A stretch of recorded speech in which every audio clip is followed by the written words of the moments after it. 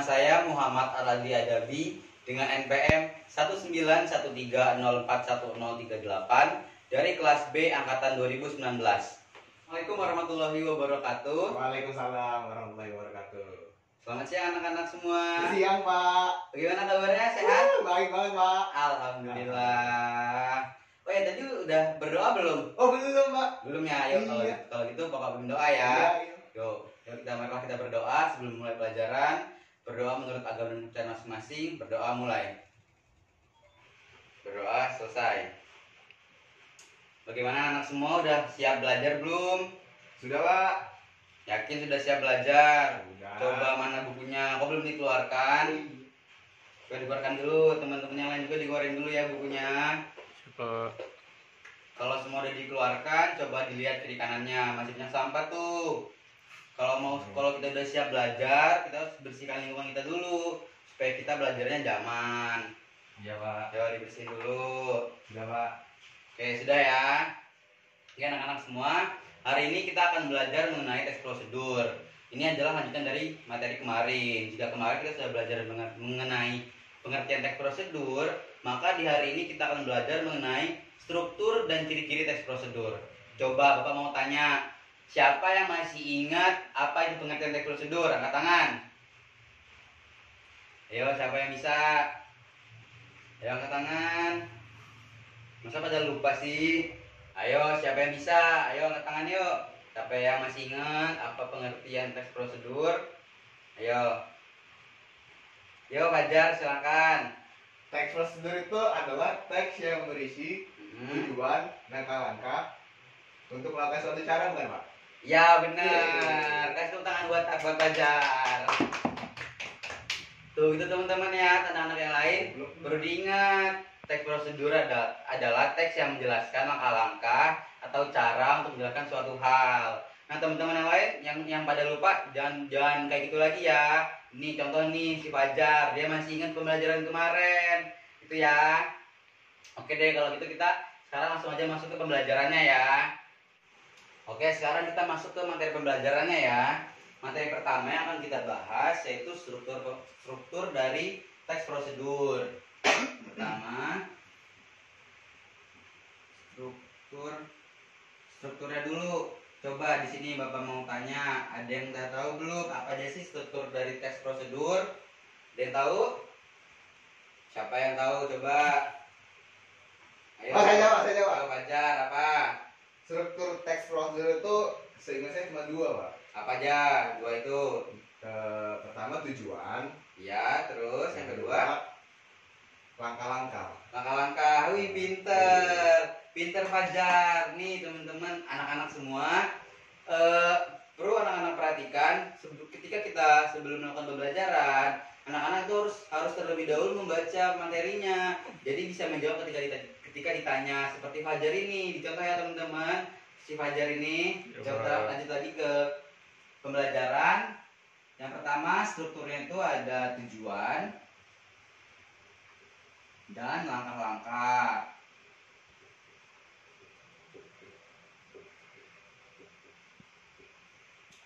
Apa sih struktur yang tujuan ini?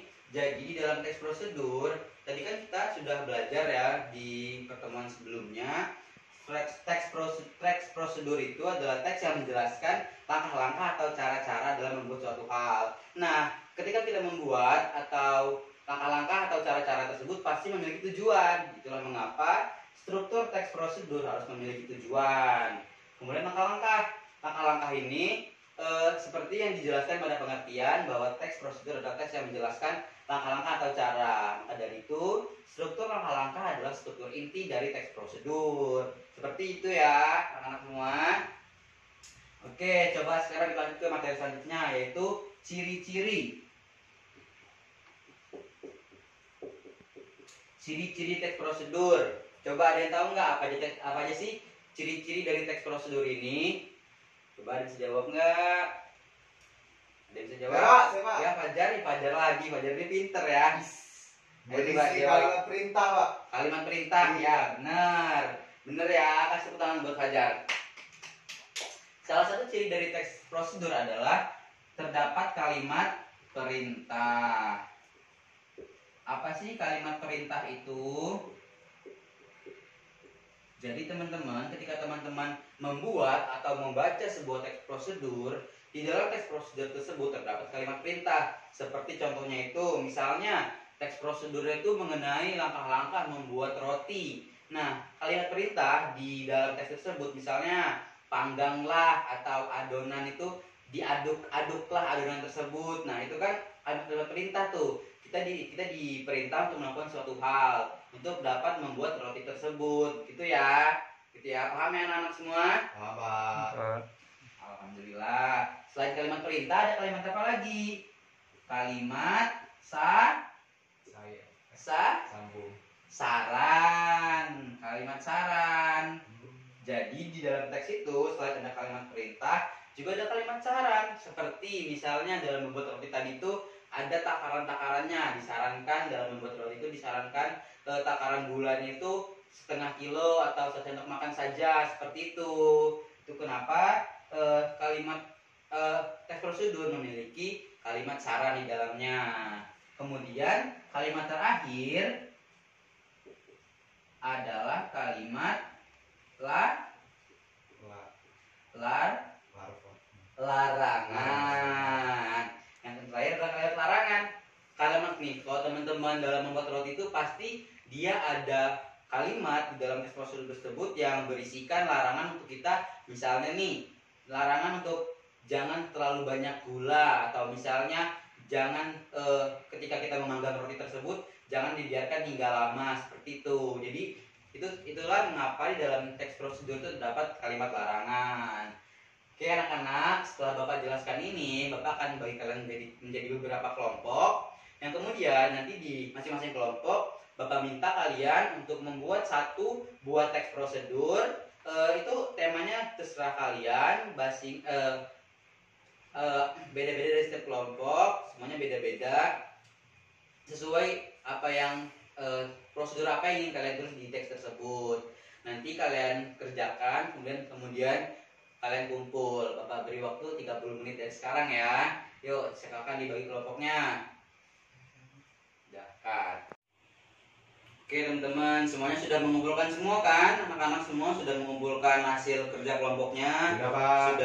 Sudah semua ya? Ya. Sudah Bapak lihat semua, sudah Bapak nilai, dan Bapak rasa kalian semua sudah mampu dan sudah mampu dalam membuat sebuah teks prosedur. Jadi Bapak lihat ada yang prosedur pembuatan kerajinan tangan, prosedur pembuatan makanan dan sebagainya.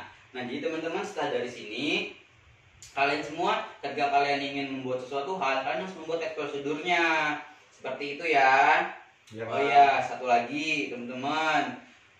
Besok-besok di pertemuan-pertemuan selanjutnya ketika kita akan memulai sebuah pelajaran, teman-teman Bapak harapkan untuk membaca terlebih dahulu materinya supaya teman-teman itu bisa menjawab dan tahu apa sih yang akan kita pelajari setelahnya.